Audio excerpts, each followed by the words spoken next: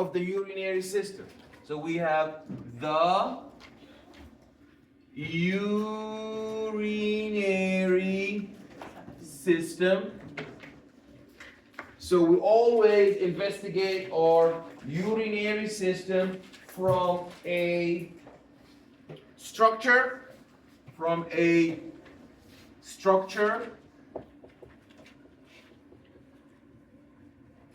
and from a function. We look at it from three perspectives. One, structure. Two, function. What is the structure of the urinary system? What is the function of the urinary system? And what's the third perspective we examine the urinary system from? What is that? What could be number three? Structure, function, and structure, function, and disorder, diseases, pathology. Pathology or disease. Disease, pathology, function, and structure. Okay, structurally, the urinary system is comprised of the kidneys. We have two kidneys, kidney number 1 and kidney number 2, assuming that you are in the anatomical position.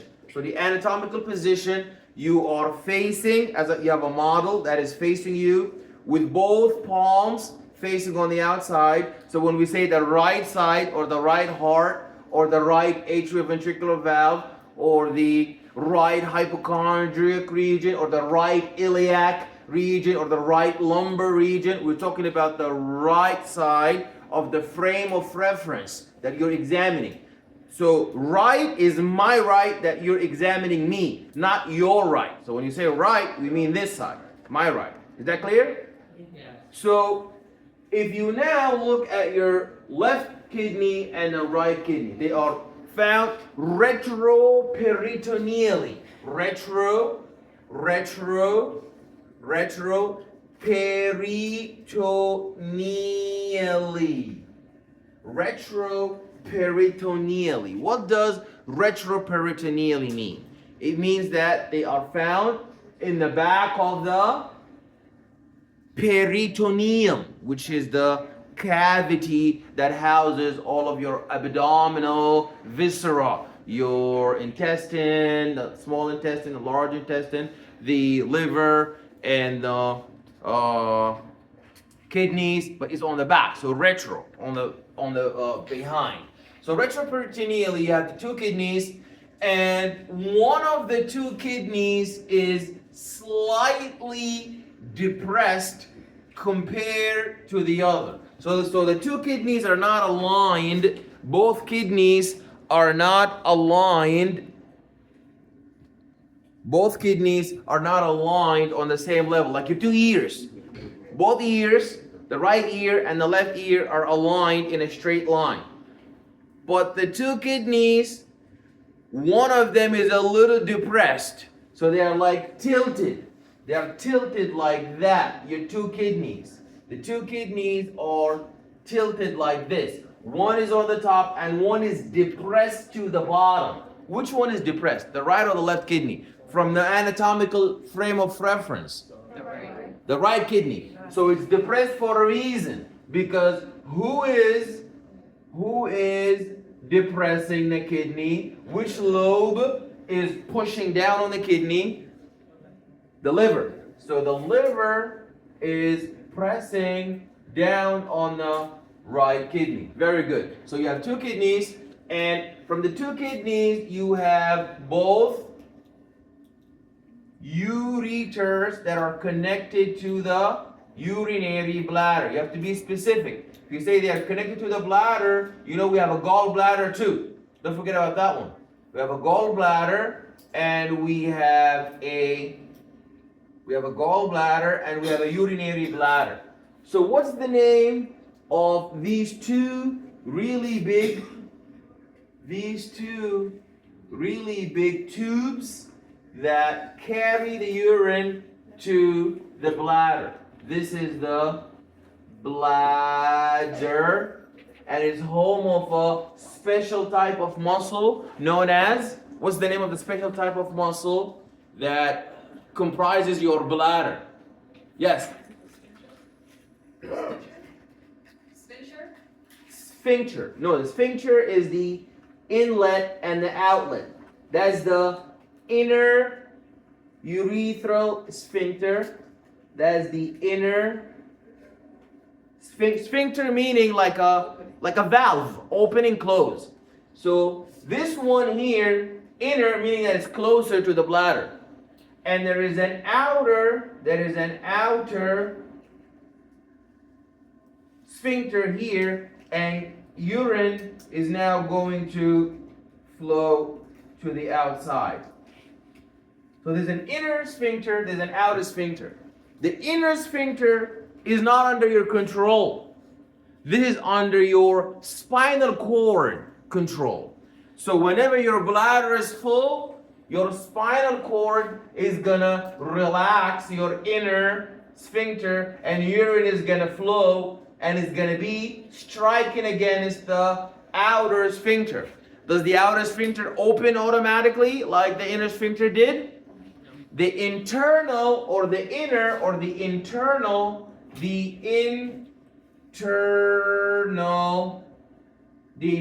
sphincter opens automatically as soon as the bladder is full of urine. It cannot handle any stress or any mechanical force or weight of urine on top of it. It's gonna open. When it opens, urine is gonna flow, and then the outer one is strong enough to fight it. Who opens the outer sphincter? Excellent. I want you to be you're excellent. You said it. You are now, you're not a baby. You're not gonna just have a urinary incontinence. You're gonna determine the proper time and place. I'm in the lecture hall. It's not a good idea to urinate in class. So let me get up and walk and go to the bathroom. Even in the bathroom, you don't just enter and urinate. You have to go in a room, close the door, sit on the toilet, take the pants off, for example, and then you determine all of that. Yeah, this is all called conscious control. Who's responsible for your conscious control? Brain. Excellent. I like that, but we're still not precise because your brain is a very big place. You have the brain is comprised of 3 separate things. Your brain is comprised of the cerebrum and the brainstem and the cerebellum. So when you tell me the brain, you mean one of those 3, the cerebrum or the brainstem or the cerebellum. Which one of those 3 controls the voluntarily relaxation of the outer sphincter? Who is that? Raise your hand if you think it's the cerebellum. Good guess, because that's the one for walking and coordinated and planned movement only. Raise your hand if you think it is the brainstem. Raise your hand if you think it's the cerebrum. It's the cerebrum, not the brain. The cerebrum is always responsible for judgment, is always responsible for decision making, for cognition. Okay? When you think a lot, you get a headache in your cerebrum, not in the brainstem, because that's where all of the integration, the processing, and control is taking place. So, yeah, the brainstem, excellent. Brainstem is responsible for unconscious, involuntary control, like your breathing rate, regulation of temperature control, homeostasis, responsible for reflex, restoring homeostasis, for temperature, acid-base balance, breathing rate, heart rate, stroke volume, contractility, blood pressure. That's all unconscious. You don't regulate that. You don't say, listen, let me increase my heart rate because I'm being chased by a bulldog. You don't do that. That happens out of control. But your brain is regulating, your voluntary and your involuntary control are not enemies. They regulate each other. You know, when you go like on a cruise, or when you like take a trip to somewhere like not New York City, no rats anymore, no the homeless, no problems, and you go to a place where it's all nice and the skies are. So then what happens is you get neural and sensory stimulation. So that stuff is actually true. When you get neural and sensory stimulation, then you have a lot of hormones of happiness that become secreted, and they regulate your blood pressure. You calm your blood pressure. You know, patients who have high blood pressure that go on like relax, they become relaxed or go to new places and see new people and they're happy. They don't need to take their blood pressure anymore because the blood pressure is now under control. Because that's called sensor. You have sensor stimulation. Seeing nice things and dealing with people that make you happy is always going to regulate your involuntary reflexes, your breathing rate, your heart rate. But if you're in a place where you're constantly stressed, okay, now even when you take the medications, they're not gonna work because you're constantly stimulated sensorily to always be like alarmed and worried. And so here we see with the urination that both work. Your voluntary control system and your involuntary control system, they work in order to get rid of this waste, this toxic waste. Yes. So when you have that urge to go to the bathroom and you can make it and you pee Yeah. on your own. Yeah. So that would be the pressure. So now that depends on who. This usually is not supposed to happen. It happens in children that are not completely fully developed in their growth and development neurologically. Their spinal cord is not integrated properly. Or those who are very old, okay, due to the dementia and due to urinary urgency and urinary incontinence. But for a middle-aged adult, it's not supposed to happen. Sometimes it happens in females. Why? Because the urethra is much smaller than males. Because the urethra for females is so small, then too much urine now compressing against the outer sphincter, that's gonna cause the release of, this urinary urgency. So it does happen, but most likely for females. Okay, now back to my question. There is a special type of muscle that makes up your bladder. What's the name of the special type of muscle that make up the bladder? Begin with a D, E, T, R, deter. Wow. D-E-T-R. U, detrusor muscle. So that's the special type of muscle that makes up this is the bladder, is made up of the detrusor muscle. The detrusor muscle. Clear? The detrusor muscle. The detrusor muscle is the name of the muscle. That is not the name of the tissue. The detrusor muscle is made up of a special type of tissue. And you can guess what type of tissue is that? Dealing with urine that is acidic, that is burning. Remember your stomach? Your stomach is dealing with a lot of acid. So apparently the stomach needs to be pasted with a layer of mucus layer that is to protect it from this burning acid. And that mucus layer is known as the gastrointestinal mucosa. Remember that green layer? You saw in the video, the mucosa, the green layer in the gastritis. It gets thinner and thinner with time. If you're taking NSAIDs for pain management, or if you have H. pylori infection. Now, the detrusor muscle is not dealing with acid, but is dealing with something that's slightly more acidic. Slightly acidic, not more acidic than obviously the stomach that has the hydrochloric acid of 1. It's dealing with, the urea. So obviously they need a special type of, not a layer, not a mucus, special type of tissue known as the transitional epithelium. Excellent. Known as the urothelium. Urothelium. Please write that down. Urothelium. Urothelium. This urothelium is a special type of tissue that is only found in the urinary tract. Well, why they call it urothelium. Now, this urothelium is made up of tissues that are able to sustain this burning urinary urgency and is not going to be damaged. So you have the urothelium, also known as transitional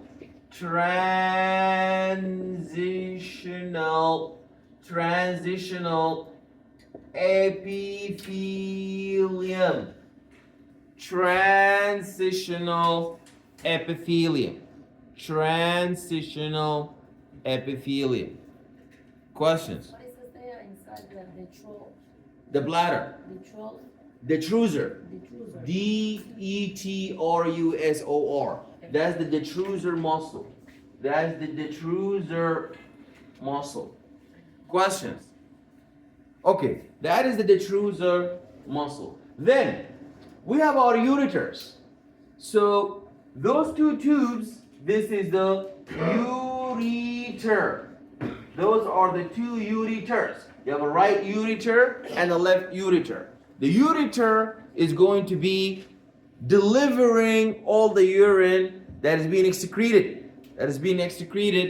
From the nephrons. And then we talked about lastly, this is the urethra. Urethra. Students confuse many times ureters and urethra. They're not the same thing. You have one urethra, whether you're male or female. And you have two ureters, whether you're male or female. Ureters are like tubes that transfer urine from the kidney to the bladder. Is that clear? Ureters transfer urine from kidneys to the bladder. And the urethra transfers urine from kidneys to the, not from kidneys, from where? From bladder to the, from the bladder to the outside, to the toilet, or wherever you're going, to the outside. Questions? Any other questions? Okay, now we have looked at the whole trip. This is a one-sided movement. Urine is supposed to go from the kidney, number 1, down to the ureters, number 2, down to the bladder, number 3, down to the urethra, number 4. Are you supposed to reflux back? Are you supposed to go backward from the bladder, back to the ureters, back to the kidneys? No, then that is considered a disease. That's one of the diseases. So we have the reflux, known as pyelonephritis. We will talk about that today also. The functions of the urinary system are obviously, we begin with the major functions and we narrow down. We begin with the removal of the urine and toxic waste, filtering the blood. Don't make it look like the urinary system is only responsible for getting rid of the waste. It's like you just somebody else made the waste, and then the urinary system is just responsible for removing it. That's not true. The urinary system makes the waste, filters the blood. Like, for example, if you look at the sewage system, like if you look at the bathroom, for example, if you look at the bathroom toilet is an example of just a transfer of waste from one compartment to the other. But it doesn't make the waste. Your digestive system makes the waste, right? Your fecal matter. Your urinary system makes the urine, and then it transfers it out. Your urinary system does both. It filters the blood, generates the waste, creates two separate compartments. One is the healthy blood compartment that needs to go back to the body, and one is the waste compartment that needs to be removed. So you come in one line, then you bifurcate in the kidneys, in the urinary system. We take the waste and remove it, and we filter the blood and send it back to the blood circulation. So you can now imagine diseases where there's kidney failure, you will see a problem mixing. Instead of creating waste and removing it, we're making waste and sending it in. Instead of outside to the urethra, we're sending it back to the blood. And instead of blood returning back to the blood circulation, blood is now mistakenly going into the urine. So a lot of kidney failure patients are, if they give a urine sample for urinalysis, we'll see a lot of blood. And let's now go into the PowerPoint. We don't want to spend so much in the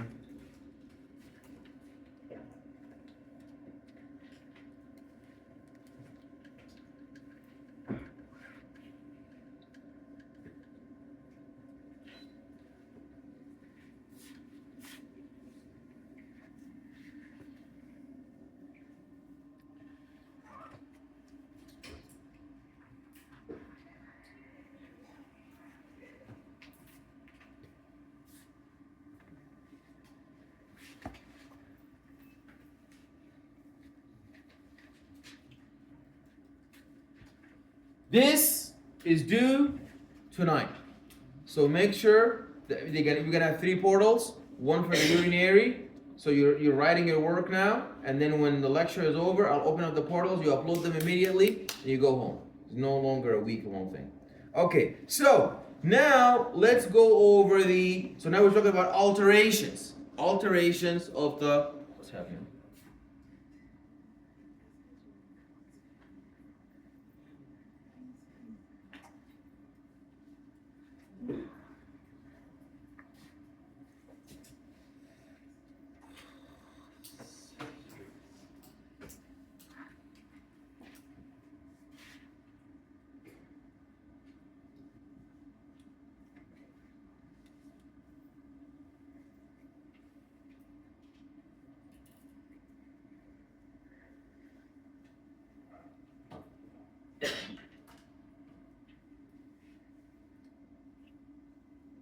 Can I get a volunteer to go down to IT, please?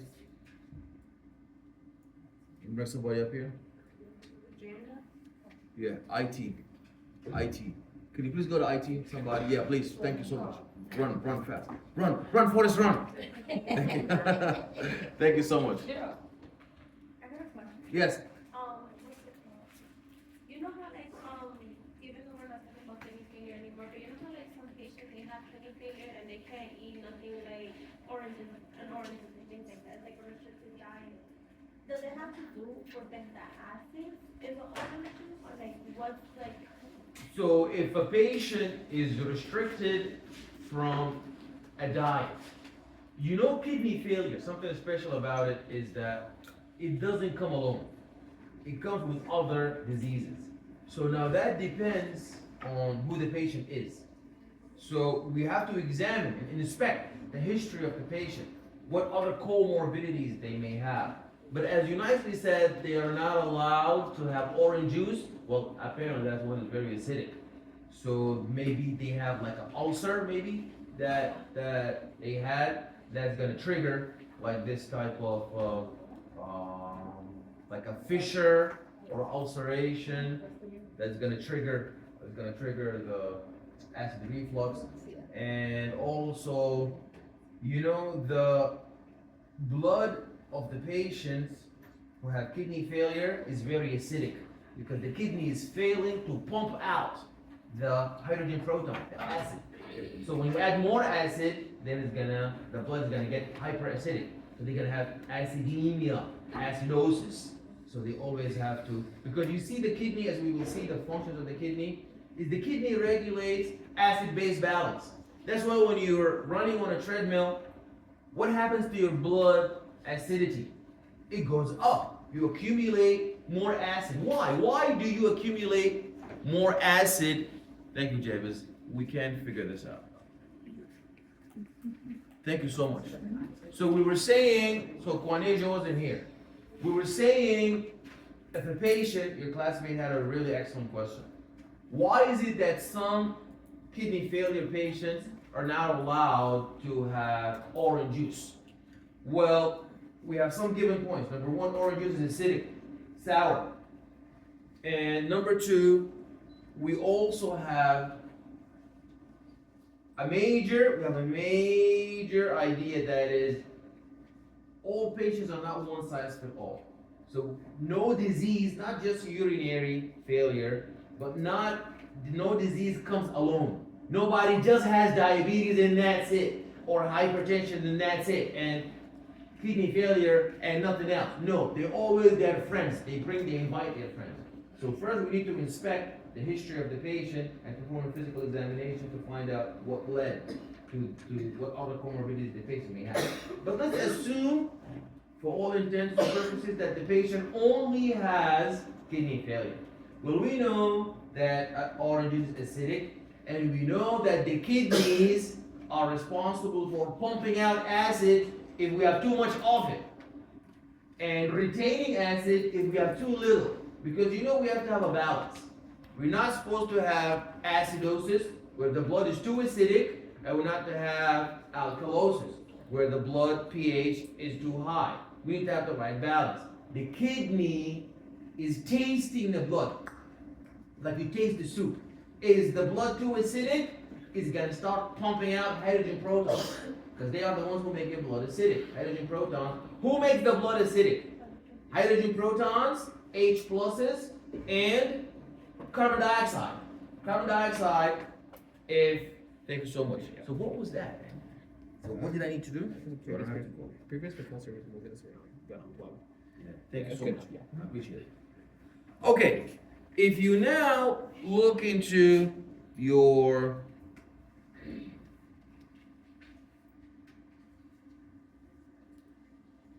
you see the kidneys. We talked about how the kidneys they're made up of the kidneys in the urinary tract, and the kidney is responsible for maintaining blood volume. So, for example, if you drink too much water, well, that is hypervolemia. Hypervolemia. Too much water is hypervolemia. Too little water is hypovolemia. Is it a case of the more the better? The more water the better? No, we don't want the more, not the less. We want stability, homeostasis. What do we know that as? Euvolemia. We don't want hypertension. We don't want hypotension. We want eutension. We don't want hypervolemia. We don't want hypovolemia. We want euvolemia. We don't want hypermagnesemia or hypomagnesemia. We want eumagnesemia. So now, if you drink too much water, your kidneys are going to start to regulate the fluid balance by sending out the extra hyper water as urine. So your urine is going to become really clear. And if you're dehydrated, or if you're running the marathon, or it's too hot outside, and you're not having enough water, you have hypovolemia. First of all, you're going to stop salivating. You're going to shut down salivation, because salivation is made from water. Saliva is made of water. The only one with water that will continue to come out is the sweat, because you cannot afford to stop sweating, because you'll overheat and have a heat stroke and die. So the sweat is going to keep going. But you cannot afford to have water lost. So you shut down urination. Nobody is running a marathon and is spitting, for example. Right? They cannot. Have you seen somebody running the marathon and spitting? Impossible, because all the saliva is shut down. Or maybe even if they run and they're so hungry and they see a big photo of a sandwich, they're not gonna salivate because that's all shut down unless they replenish the amount of water that they lost. So the kidney is responsible for that. I was asking a very important question that your classmate was saying earlier. Why is it when you're running a marathon or when you're running in a treadmill, you start to accumulate hydrogen protons and your acidity in the blood goes up? Why? Because of the carbon dioxide. So why does it go up when you're running? Why not go up when you're not running? Because your bones are moving, your muscles are moving. There is a lot of metabolic activity. You're burning the gas. Right. So when you burn the Making it fast enough. yeah, so when you're burning the gas, you see your car. When you put the gas in the car tank and you drive the car, and what is the black smoke that comes out? That's the metabolic waste of indicating the gas being burned. Hydrogen proton and carbon dioxide is an example that your cells are undergoing some high metabolic activity to sustain your running demands. Now you will also see something very important. Your respiratory system is working closely with your urinary system. When the acidity goes up, because the acidity marker is lethal. If you go below 7.35, you will immediately die with acidosis. So now you have two systems fighting for you to help you survive. Your urinary system is going to make you urinate a lot of hydrogen protons. And your respiratory system, you're going to be hyperventilating and shunting a lot of what? Carbon dioxide. Because carbon dioxide makes the hydrogen proton go up. So now you're losing hydrogen proton in the urine, you're losing hydrogen proton in the respiratory system, and then your blood pH calms down into the homeostatic range. Is that clear? What's the third system that participates in acid-base balance besides urinary and besides the respiratory system? No, not the nervous system. The nervous system is responsible for regulating your breathing rate. That's true. But it is not the cardiovascular system. It is the system of the proteins that you eat. If you examine a structure of a protein, a protein is made up of amino acids. Amino acids have two terminals. What are the two? Actually, the amino acid has four terminals: hydrogen proton, an R substituent, and two other terminals. What are they? The carboxylic acid, acidic terminal, and the amino. The amino. The N terminal is the amino. The amino, the N terminal, the amino terminal, the basic terminal. So, when your blood becomes basic, you need acid. The carboxylic terminal is going to donate hydrogen proton. And when your blood acidity goes up, the amino terminal is going to start accepting hydrogen protons. So how many systems do you have to regulate your acid-base balance? 3. Excellent. The respiratory system, the urinary system, and the protein amino acid system. Very good. Maintaining blood volume, removing the waste, regulating blood pressure. So if your blood pressure goes up, that's why we have diuretics. What are diuretics? Diuretics are pills that you have to take that makes you urinate. So when you urinate, how does the kidney maintain blood pressure? How is it that when you urinate, how does your blood pressure respond when you urinate? Does it go up or down or stay the same? It goes down. Why does it go down? Why does your blood pressure go down when you urinate? To the point where we have medications known as diuretics, meaning make you urinate. Why? Yes, please. Please, let's listen to the answer. Yes. So, Is it because of the volume? yeah, when you urinate, you drop your blood volume. You lose the water in the blood. When you drop the blood volume, you drop the cardiac output, the stroke volume drops, the contractility drops, the blood pressure drops, the heart rate drops, and then you regulate it. So the kidney is a participant in blood pressure regulation. I think the ROS system. The ROS system. So the RAS Oh, right. is a system that, yeah, so you're talking about the RAS, but the RAS is a reflex. The renin-angiotensin-aldosterone system is a temporary, transient reflex to somebody who's healthy. Everybody has the RAS.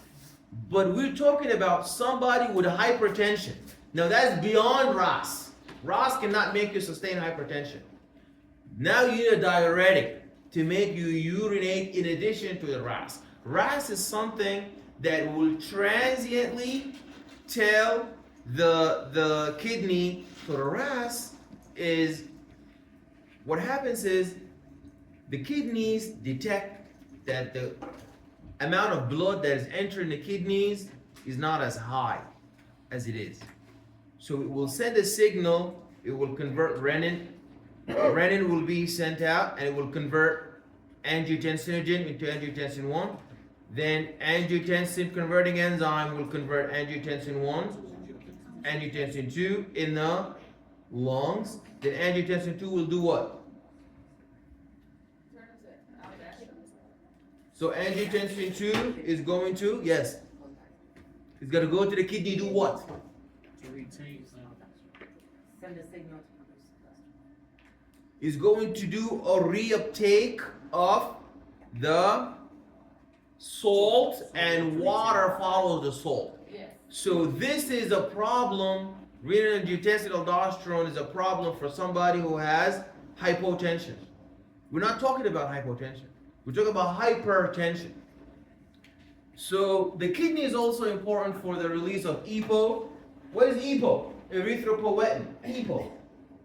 EPO or erythropoietin, EPO, EPO, or erythropoietin. Erythropoietin is an enzyme hormone that is secreted whenever the red blood cell count goes down or when the oxygen saturation drops. When EPO is secreted, your red bone marrow does what? Produce more red blood. It is going to start to spin the wheel and make for us more red blood cell, more red blood cell. Like the red bone marrow has cancer. It's going to start making more and more and more red blood cells. Okay. And lastly, vitamin D. Yes. So EPO is an enzyme that is secreted by the kidneys. You know we do in the urinary system? Secreted by the kidneys. So the kidneys are now going to secrete EPO when oxygen level drops or when oxygen level goes down or when red blood cell level goes dropping. So EPO is secreted. Once EPO is there, EPO has one job, erythropoietin. So it goes to the red bone marrow, and the red bone marrow is going to start to pop out more and more and more red blood cells. Okay, so that shows the structure of the kidney. So we went over that, and we've seen that it has two kidneys, and the right kidney is depressed, and we have our ureters, and then the urinary bladder, and then the urethra. And you mentioned a very excellent point. Calicia or calcia? Calcia. And that is due to the shorter female urethra compared to the male really long urethra. If the urine is so really large and dense, then due to the short distance, the force is going to be so hard to bear for the outer and external urinary bladder sphincter. And then it's gonna start to, it's like a force now. Too much torque, and that's gonna force the unconditional opening of the sphincter. Okay, now if we look at the kidney, what's the unit, what's the parenchyma of the kidney? What's the name of the unit of, the nervous system unit is the neuron. The nervous system unit is the neuron. The muscular system unit is the myofibril. The cardiac system unit is the cardiac myocyte. The liver unit, parenchyma, is the hepatocyte. The bone tissue is made up of an osteocyte. And the kidney is made up of what parenchyma unit? The nephron. There is about more than 2 million nephrons in the kidney. And these are the ones that do the filtration of the urine and the separation of toxic waste going in the urine, healthy blood returning back to the circulation. So once you enter the kidney, you're outside the body actually. Now we need to bring you back again. Like the airport? The airport, there's people who work in the airport. In the end of the day, they go home. And then in the airport, there's people that are passing by and they gotta go out in the airplane and leave. The kidney is the same thing. It's an airport. You have some substance that is there to be separated and returned back. So the nephrons separate and return the urine back to the circulation. And you see that the pelvis, urinary pelvis, you see that the pelvis is like a sink. So when the urine, is there supposed to be blood in the pelvis? Pelvis means you're leaving. Blood is not supposed to leave. The TSA worker, or the custom enforcement worker is not supposed to get on an airplane. It's supposed to work there and go back. But the same thing, the blood is not supposed to be in the pelvis. That's why if there's blood in the urine, is a big problem. And you see the pelvis is a huge sink. Then there is the calyx. There is the minor calyces, and the minor calyces start to suck up all of the urine into tubules, and themselves they would empty. The minor calyx would empty into the major calyx, and the major calyx would empty into the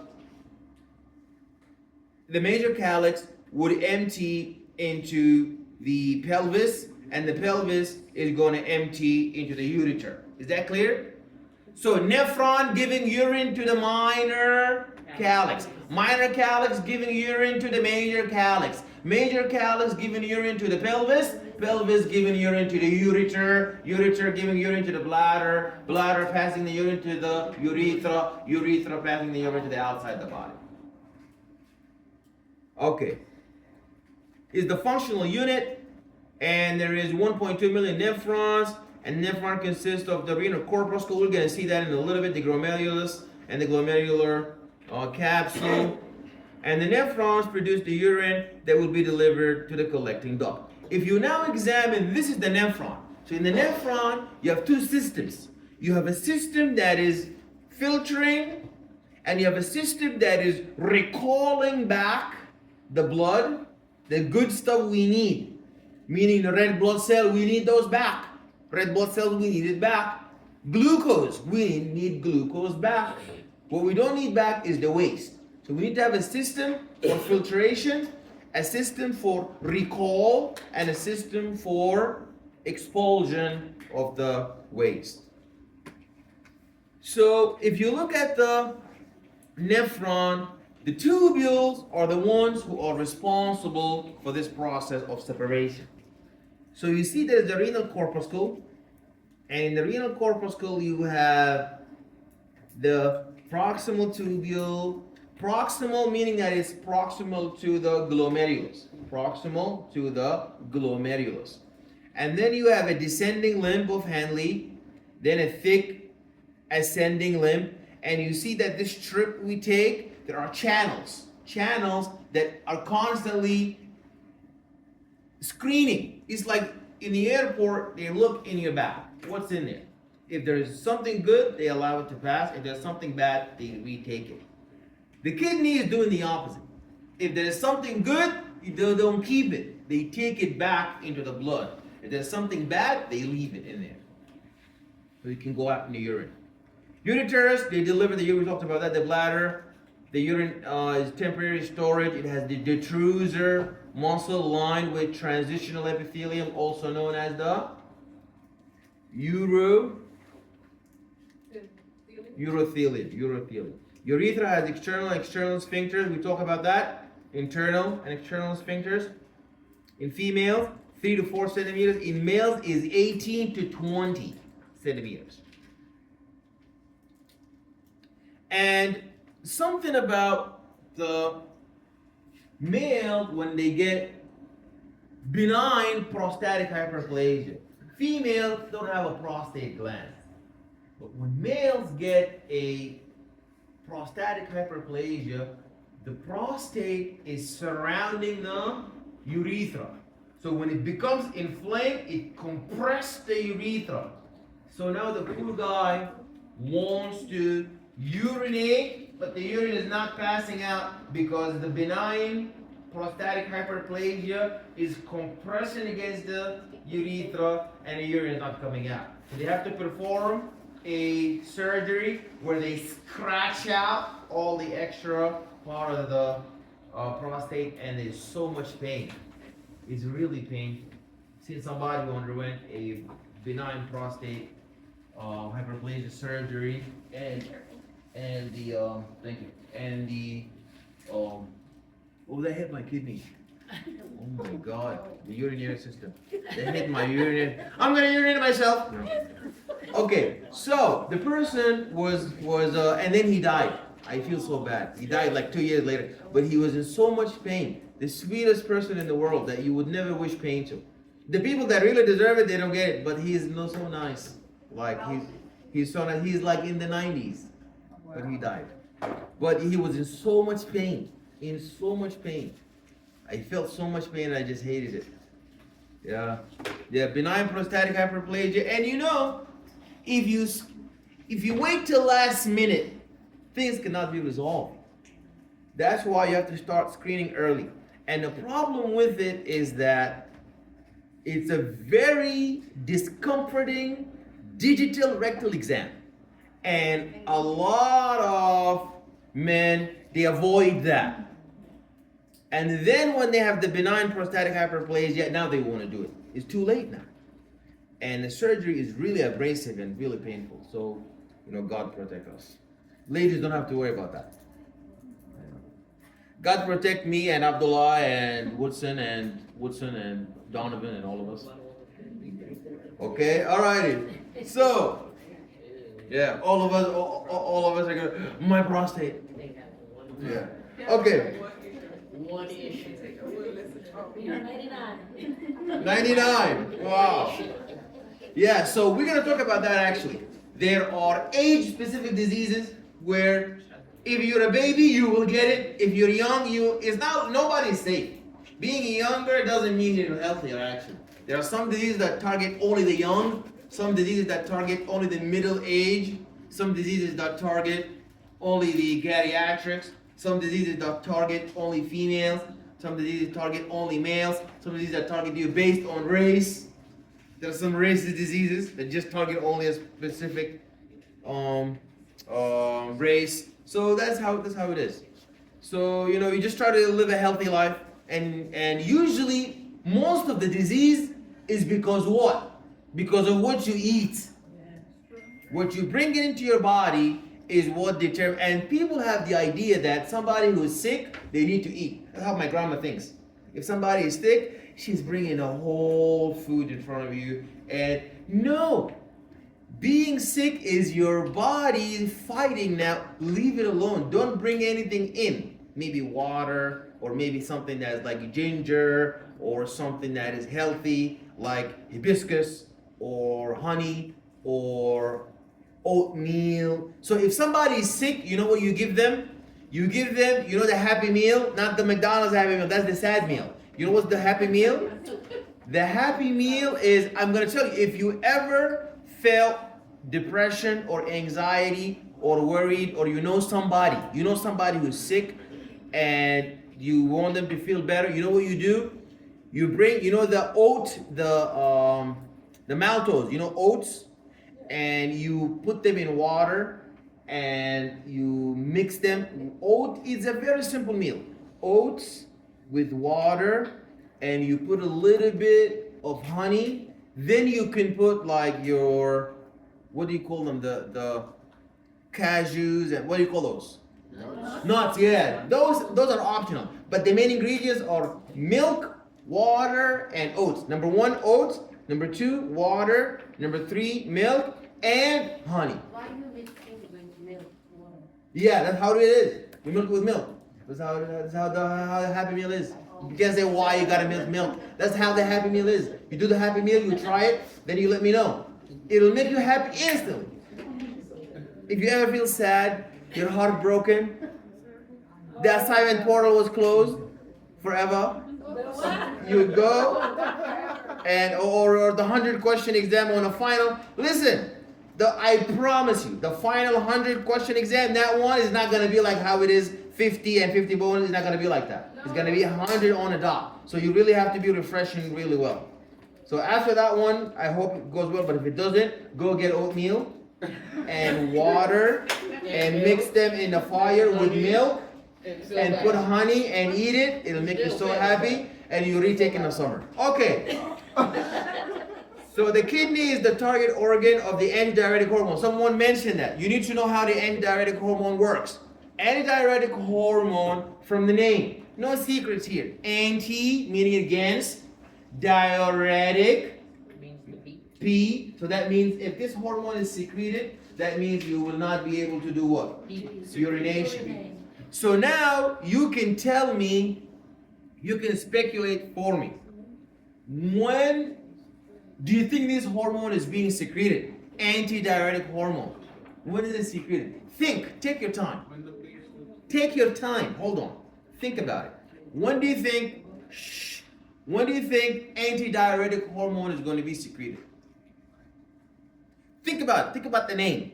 Anti, against, diuretic, diuresis, urination, hormone. So think of a scenario. Please raise your hand when the diuresis is not going to take place. Yes. Yes, please. hypertension, Hypotension. When the blood pressure drops. Absolutely right. Excellent. Somebody who's suffering from shock.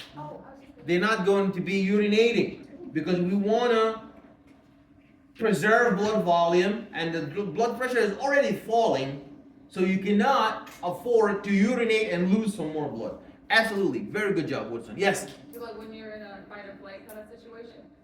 So when you're in a fight or flight, no, in a fight or flight, you're going to be so in such a state where you want to supply your muscles with the most maximal aerobic respiration so you can run for your life. If you secrete antidiuretic hormone, you want to maintain the blood volume. As a reflex, this, when you make it to safety from the bulldog. Now the blood pressure is so high, people always, after fight or flight, they use the bathroom. When they come out of the roller coaster, they go use the bathroom because remember, fight or flight is there for what? For survival. You want to survive. So everything is high in the roof. Breathing rate is high. Blood pressure is high. Cardiac output is high. But once you make it to safety, you don't want hyper anymore. Fight or flight survival is a transient hyper situation or hyper breathing rate, hypertension. This make you survive. Once you survive, you want to restore it. So you will not secrete antidiuretic. You will now begin the diuresis. So you want to urinate to let it go. Somebody said dehydration. Very good. If you're like fasting Ramadan, when you're so fasting, you're not going to be, your body is depleted of a lot of water. Or if you're running the marathon, or you're exercising and working out, you're sweating a lot. So you've actually lost a lot of water. Sweat is comprised of a lot of water. So then you need obviously antidiuretic hormone.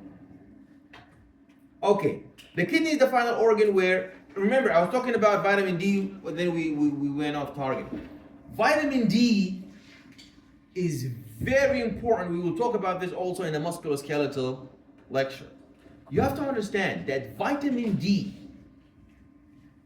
is required for calcium to go from your digestive system to your blood. And it's required for calcium to go from your bone to your blood. Remember, calcium, the bone is like a calcium bank. When you want calcium, you go to the bone, you take calcium from the bone. And if you don't have enough calcium, if you do not have enough calcium, then you go to the bone and you take out calcium. And if you have too much calcium, you take the extra calcium, you deposit it in the bone. True or false? If you have too much money, you deposit it in the bank. If you have too little money, you withdraw money from the bank. True or false? Same thing. But remember, you have to have a card, right? In order to be able to deposit the money in the ATM, you gotta have the card. And if you want to take the money out, you gotta have the card. For calcium, the card is vitamin D. You can have $1 billion in the account. If you have no card, you're not getting anything out. Your bone tissue can be rich in calcium, but if there is no vitamin D, you cannot withdraw it out. You can have hypocalcemia forever. And if you don't have vitamin D, you drink all the milk in the world. Where does milk go? Does milk go? Are we fungi? Are we fungi? You know the fungus eat with their skin. Fungus, they eat the food through their skin and they bring it in. We don't do that. We eat the food in our GI tract, and then from the GI tract, the nutrition goes to the blood, then the blood delivered to the tissue. Your calcium, if you don't have vitamin D, is never going from your digestive tract to the blood. Yes, you're right. Ultimately to the bone, but it's in 2 steps. Is that clear? Oh God. Everybody look here.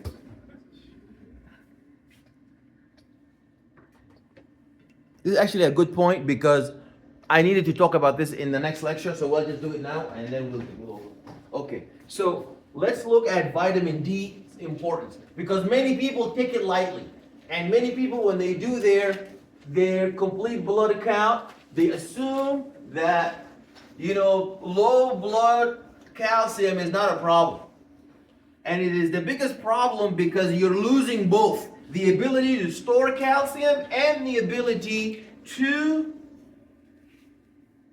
withdraw calcium when you need it. Okay, everybody look here.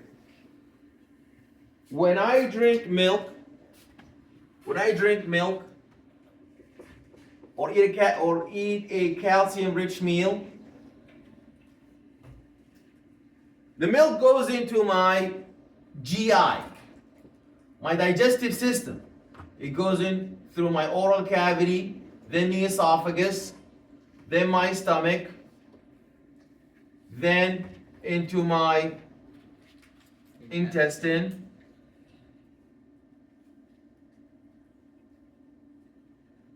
So it goes to my GI. The calcium goes into my GI. Now, vitamin D, who's gonna impress me by telling me what's not the legal name, but actually the legal name or the scientific name for vitamin D? Yes, please. Is not ergocalciferol. That's just a nickname. The enzyme. Is it Thymine. No. That is an example. Is it thymine or thiamine? Thiamine, yeah. Thia or thy. Thymine is a nitrogenous base. No, Thiamine. That's an example of a vitamin. No, it's not.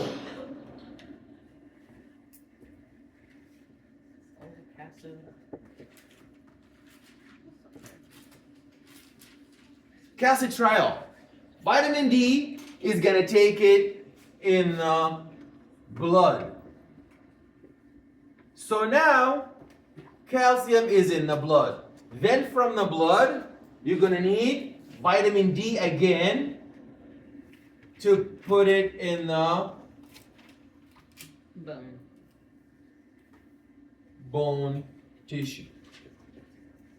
So now, look, vitamin D was responsible for taking calcium from the GI to the blood and from the blood to the bone.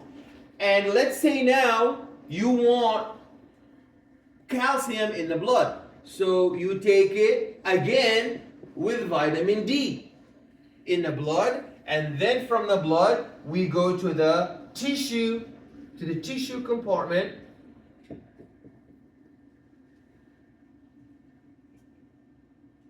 The tissue compartment.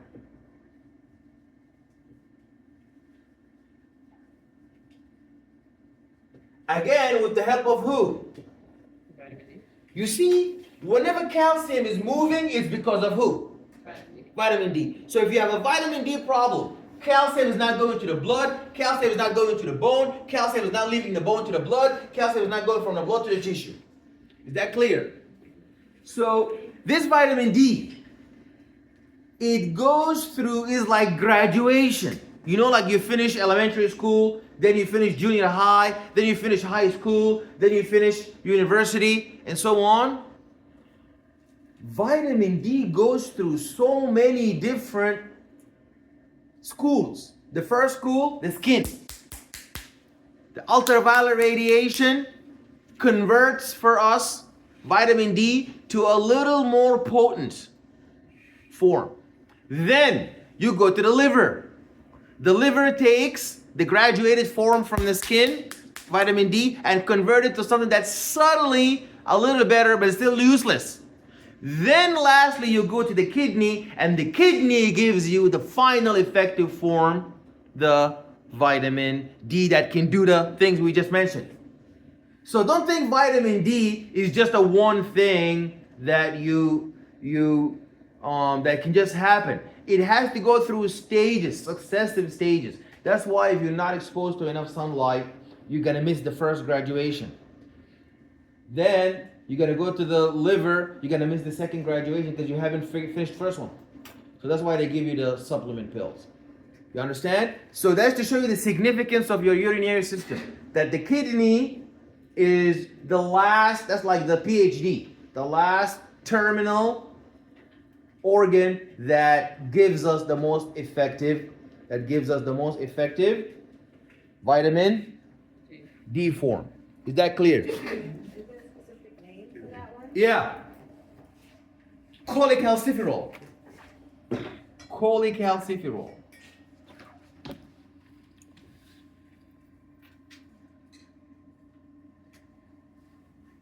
Okay. Now, kidney releases erythropoietin. We talked about that. Now, we're going to talk about very important diseases. Polycystic kidney disease. So, polycystic, what happens again? What happens with this thing again?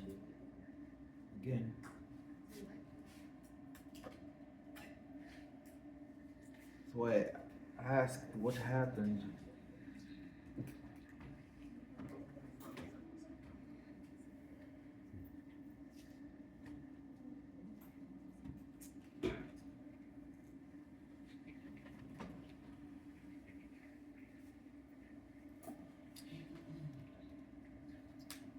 Okay.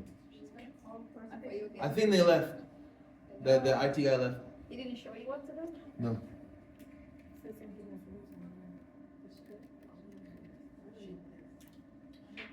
Can somebody else go and get him, please? Can you go? Are you going? Are you going to the bathroom? Can you please go? Sure. You made us happy for a minute that you was gonna run in there. Okay, please bring him back. Okay, take a quick 5 minute bathroom break. Come back. 5 minutes. 5 minutes, please. Please take a quick 5 minute break. Come back. It's okay. I'm sorry. Take care of your kidney. I'm getting one, Professor. Okay. Me too. Oh my God, we all can't walk. Yes. Who was the person, who were you with? Apart from the uploading of picture, what, did you have something else for next week? Photos, listen. No, I'm sorry. You told me about the video thing? Do it again. Oh, the other video That's that I fine. emailed you about, it was okay how I Yeah. uploaded it? Okay. What's in it? That's what you said. It's right, it's the. Still there? It's like a little. What's happening? Let me see.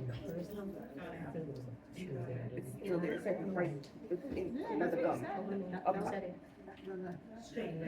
Go. Use your phone. But I don't see them. Use your phone. It's over there, 'cause They it's go so- too close to their phone. Yes, I didn't mark you absent. Only one person. Somebody must have said yes for you. Hey, Professor. Hi. So remember last week you said if we get 100 on the test, you're gonna open the past, Yeah, the fast like in class kind of thing. in, could you be not say Yes, in and class? even 100, I meant 100. I did with a 50. Okay, so. That's what I got. No, you got a 50. You didn't get 100 out of 100. You can go back to your scantron. You didn't get 100. Oh, you're talking about 100. So listen, focus on the exams. That's all that important now. That's right. It's too much. Yeah. Listen, after the first one, I cracked the code. I got it. Yeah, just keep going, keep going. Do all of these questions. This will mean nothing compared to your exams. All of this in class work, yeah. Yeah, I was worried about the homework. I Yeah. wasn't worried about the Make- class make stuff. I do sure- that. They go first to the rest. The homeworks. Yeah. Cause my mom said that I would have. When it goes Which was 11:59. They're due whenever they're due. Right. Still say 11:59. So they're due. Oh, okay. If it say 11:59. Polycystic kidney disease. From the name, poly, multiple, many, various. Cyst. Excellent. Yeah. So that's how you're supposed to think. Multiple cyst.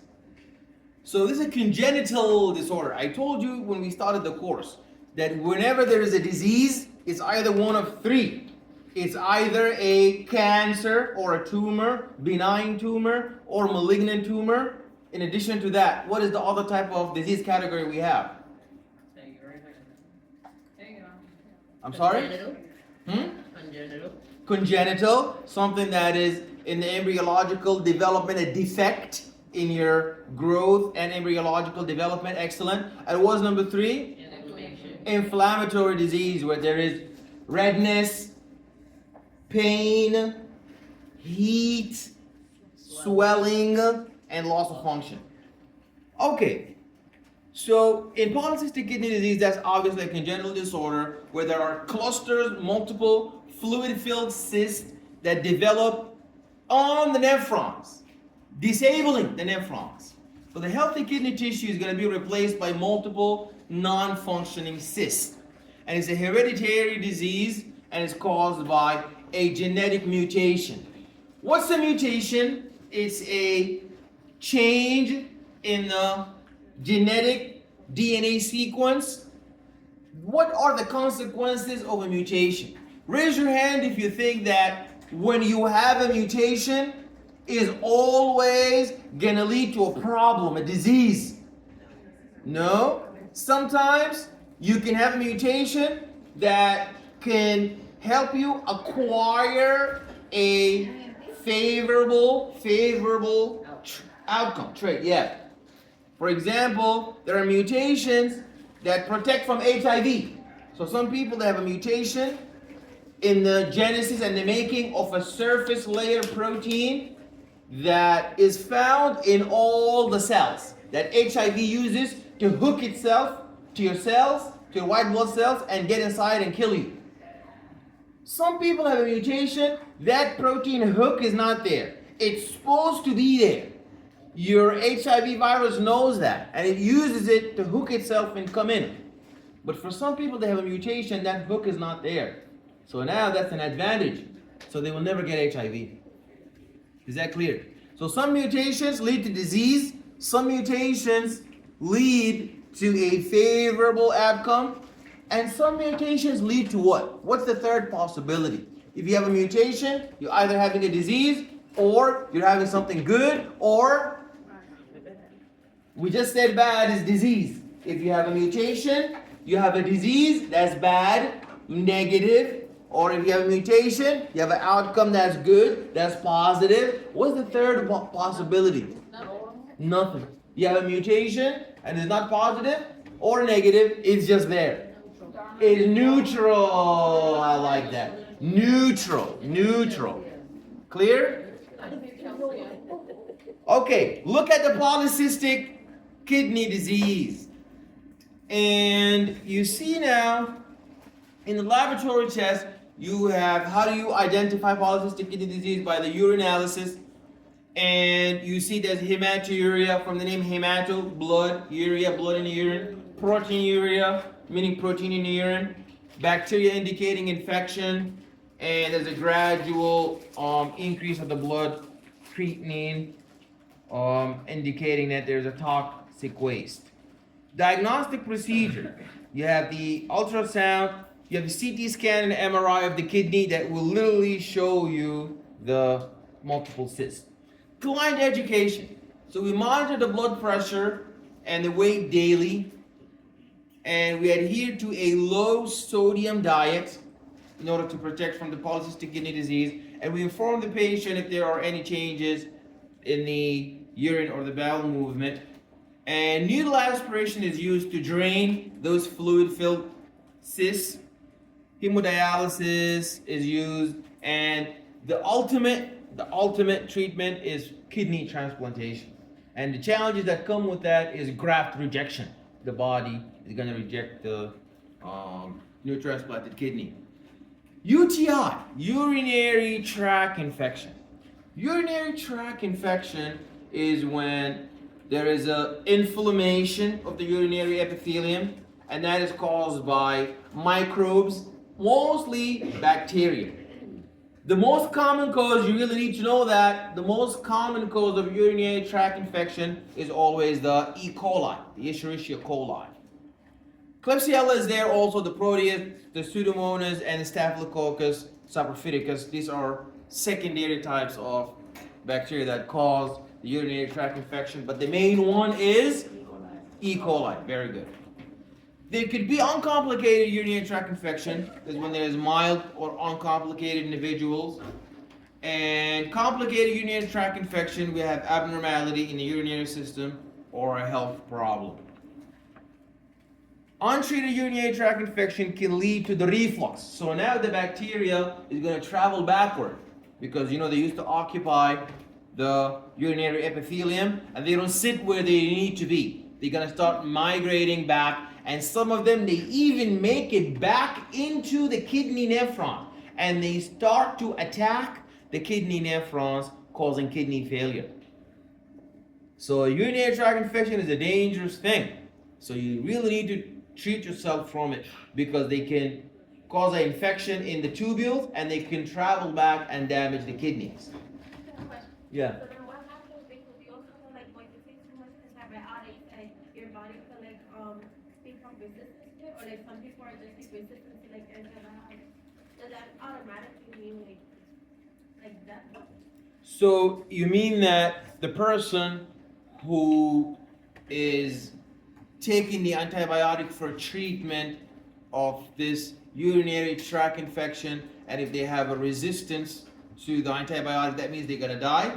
No, the antibiotic resistance is a antibiotic treatment for the way that the antibiotic operates and the bacteria. The E. coli don't have a resistance. They don't develop resistance against the antibiotic. They're easily targeted. It is the other forms of the gram-negative, the gram-positive bacteria that usually become virulent and develop the resistance to the antibiotics, not the E. coli. Okay? So that one is always treated with the antibiotics. So urinary tract infection depends on where we are in the tract. The upper tract infection or the lower tract infection. So the lower urinary tract infection, this is like an infection of the bladder known as cystitis. Cystitis is an infection of the bladder. Urethritis is an infection of the urethra. Prostatitis, that's the infection of the prostate gland. All that is happening where? Down there. That's why they call it lower tract infection. Upper tract infection is when you have pyelonephritis or inflammation of the kidney pelvis. Risk factors, there's indwelling urinary catheters, stool incontinence, bladder distension, and like I said, being the female, because that also depends with the hygiene. Also, people who are not very hygienic, that causes the bacteria to travel backward. The toileting that some females use by mistake.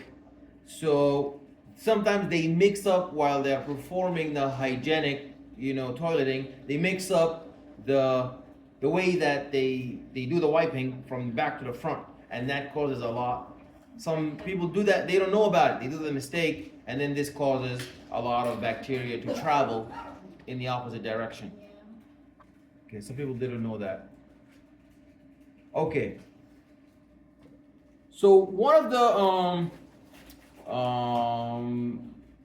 main diagnostic for urinary tract infection is to perform urinalysis in the urine culture, and we count the white blood cell count and a differential. So we find that there's urosepsis, and STDs testing. There is a sexually transmitted infection that could manifest as urinary tract infection.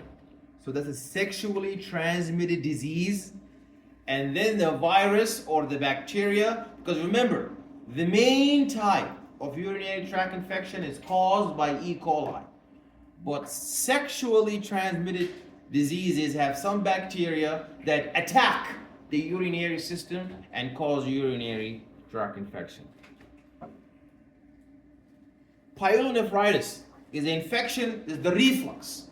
When there is an infection of the kidney, the pelvis, the calyces, and the medulla, it usually begins in the lower tract infection and then ascending backward, going into the kidney pelvis. And like we said, the E. coli is the one that is frequently the cause. Frequently, but doesn't mean always the cause. Sometimes there's other bacteria. There's acute pyelonephritis, and the active bacteria infection occurs most frequently in females who are 20 to 30 years of age.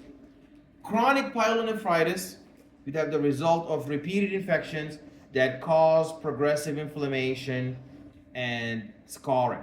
So here, this is a timeline. This is a timeline of the duration of the inflammation of the urinary tract. Acute pyelonephritis is an active bacteria that is going to be causing the disease for less than 2 months. Chronic is going to result from repeated infections or prolonged infections that cause progressive inflammation and scarring due to fiber tissue deposition. So scar tissue reflect that the tissue has been damaged beyond healing.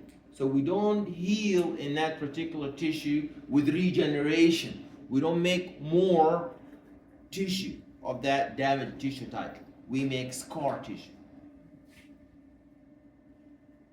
Glomerulonephritis, you have immunologic kidney disorder that can start in the kidneys, and you have genetic basis and immune-inducing inflammation.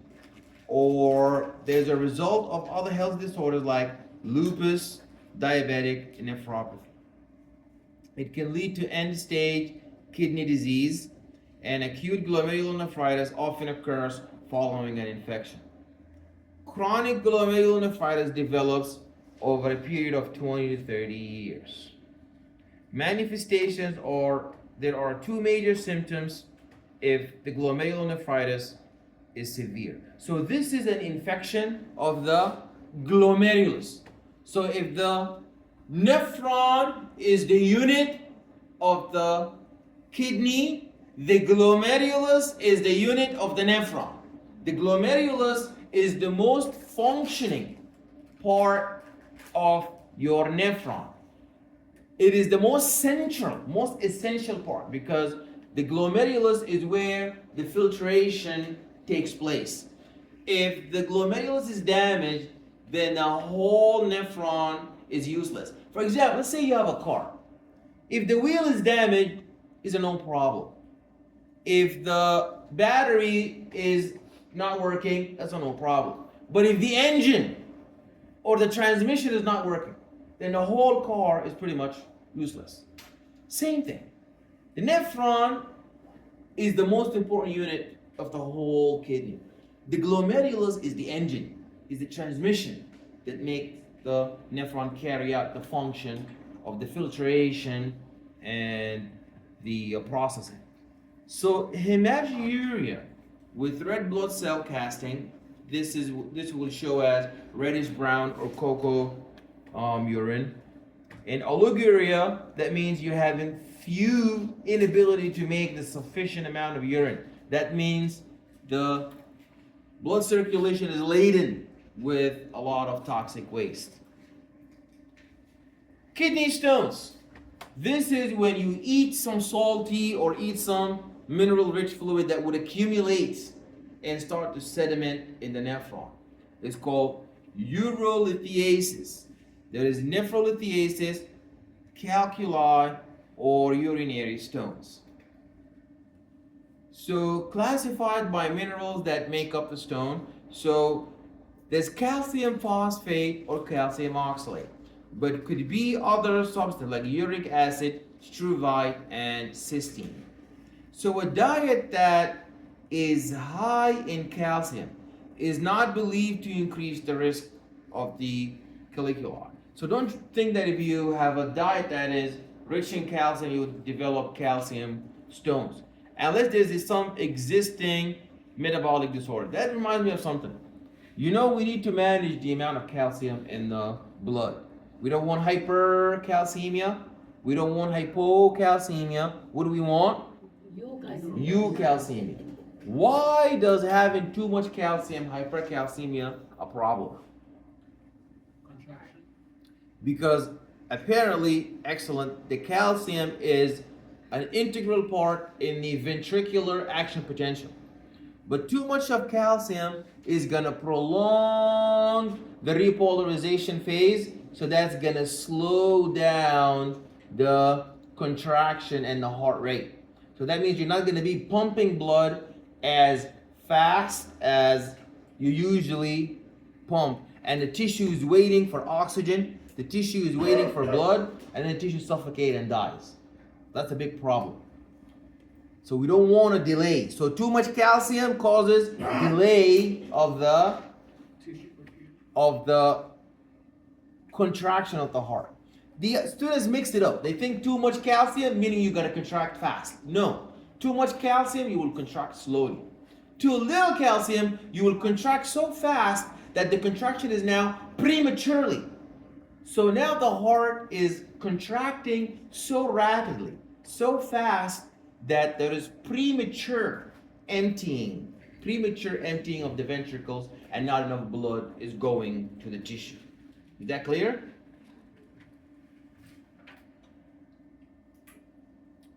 So laboratory test, we have the urinalysis, where there is altered odor and increased turbidity that is mixed with the blood. There's increased white blood cell and red blood cell count that shows you that this stone is injuring and crushing the tubules of the kidney.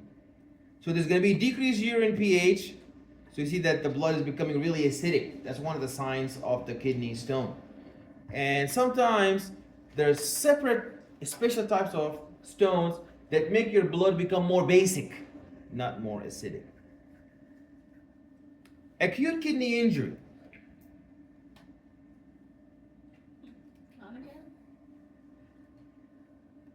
Now I know how to fix it.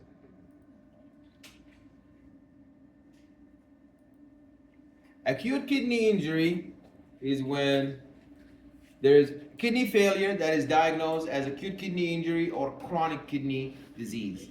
So, once your nephrons are damaged, that's kidney failure. But it's not stage 4. So patients who come to the nephrologist, they have acute kidney injury and they get diagnosed with acute kidney failure, they start thinking about dialysis. No, that's not true. But you are on the first stage. So without aggressive treatment or when complicated pre-existing conditions are there, acute kidney injury can result and progress to chronic kidney injury. Okay, so the AKI or acute kidney injury is a sudden decline in kidney function that occurs when the blood flow to the kidneys is significantly compromised.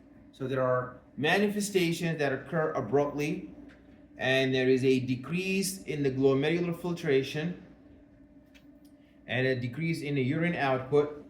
And the phases are, so on the onset of the acute kidney injury, it may last for hours up to days. And diuresis, or the urination process, is going to begin when the kidneys start to recover, and a diuresis of large amount of fluid is going to occur, lasting from 2 to 6 weeks. The recovery phase is going to continue until the kidney function is fully restored, and it can take up to 12 months. So there's class 1, class 2, and class 3 of the kidney injuries. Class 1, that's known as the risk stage.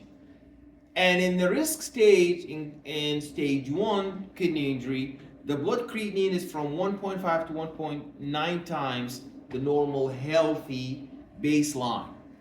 And the urine output is about 0.5 milliliters per kilogram per hour for about 6 hours. Now we progress to stage 2 kidney injury, and here the blood creatinine is from 2 to 2.9 times the baseline, and the urine output is less than 0.5 milliliters per kilogram. Stage 3, there's failure stage, and there is blood creatinine that is 3 times the baseline, and there is a urine output that is less than 0.3 milliliters per kilogram per hour. Risk factors. There's prerenal acute kidney injury, and there is renal vascular obstruction, shock, decreased cardiac output, and the sepsis. Intrarenal acute kidney injury, there's trauma, renal artery or vein, stenosis or thrombosis. Postrenal acute kidney injury is when there's stone, a tumor, prostate hyperplasia, urethral stricture, or a spinal cord injury. Expected findings. Expected findings are acute kidney injury could lead to waste buildup, leading to the poisoning of the body with toxic metabolites, and there's an overall decrease in the urine output. And this metabolic waste that is building up is gonna travel to the brain and start to sediment and deposit in the brain to cause mental defect or a neurological injury. Now, when we look at chronic kidney disease, that's a progressive, irreversible loss of renal function that's gonna affect nearly all the organ systems. And that is associated with hypertension, diabetes. So you know diabetes, the sugar is gonna sediment and deposit over the nephron. So if you have too much sugar in the blood, this sugar is gonna build up and is gonna deposit in the kidneys, causing kidney failure. So stage 1, that is where you have minimal kidney damage and there is a normal glomerular filtration rate. Stage 2, there is a mild kidney damage. Stage 3, there is a moderate glomerular filtration rate from 30 to 59 milliliters per minute. And stages differ up to end stage, and the main determining factor, which stage is the patient in, stage 1, 2, 3, 4, or 5, that is based on the glomerular filtration rate, the efficiency and the efficacy of the glomerulus. How well is the glomerulus able to filtrate, at which rate? How much blood is being filtered per unit time? This is the glomerular filtration rate, and that is less than 15 milliliters per minute. Yeah, it gets weaker. As you see, there's a trend. You begin stage 1, more than 90 milliliters per minute. Stage 2, 60 to 90. Stage 3, 30 to 60. Stage 4, severe, 15 to 29. Stage 5 is 15 milliliters per minute or less. Do you start dialysis with any one of the stages? Yeah, so dialysis is gonna begin with the stage, sometimes stage 3 or 4, where there's severe. In order to protect the patient, we cannot wait that long because this waste and metabolite toxin is gonna cause irreversible injury to the brain tissue, the kidney itself, waste building up on the kidney and the liver. So as we said, no disease is gonna come to you alone. They're all friends, and they have a way of inviting each other to have a party on your body. So you have to make sure that you don't want any, especially the chronic ones. They're all friends. They're like in a group chat. If one is there, then all of the others are gonna be invited. So you have to be very careful. I hate group chats. I'm not in any one of them. I always exit. They hate me for that. I hate group chats. Or group chats. I have to go and read. Read all the comments. Let me read what happened all day. When you tell me read one, it's 20 more. It's sickening. It's really, really bad. I don't know like what the people are losing their minds. How many groups are you in? You're typing and you're talking. Have you ever been in a group chat and you fight with someone on group chat? And you're mad? Have you done that before? People do that. That's why I don't do. I have a flip phone. Where's my flip phone? I rested ever since I got it. I rested. You get this? You rest. Yeah. That's one is for the school, to communicate with the school, and this one is for my life. No WhatsApp, no nothing. I don't have time for it. There's no WhatsApp here. It's working. It's $10 a month. It's very good. I like it. Nobody gives me headache no more. That's it. Only the email headache. That's it. Okay. End-stage kidney disease exists when 90%. I'm not fighting with anybody over this. What did you say? I don't do that anymore. People do that. You know, they made a study, psychiatric study about social media and phone and internet stress. And people are worried about, they commented on my post. Why did they say that? What did they mean by saying this? Why did you delete that comment? And did all that kind of drama. And this is actually you don't need stress. Always shut doors of stress. When you shut the door, stress is not gonna come. Stress needs a door. But when you're all over the social media, you're gonna get a lot of stress. If you're all over the group chats. Yeah, don't do that. Don't do group chats. Okay. Acute kidney injury. Your mental health is important. Your cell phone is important for your mental health. So get a flip phone for your mental health. Okay. Acute kidney injury. Diabetes, we talked about sugar and diabetes depositing. Sugar building up, latching on the kidneys and on the nerves. Nausea, fatigue, lethargy, and good God, we are done with the kidney and we have an hour to go. So let's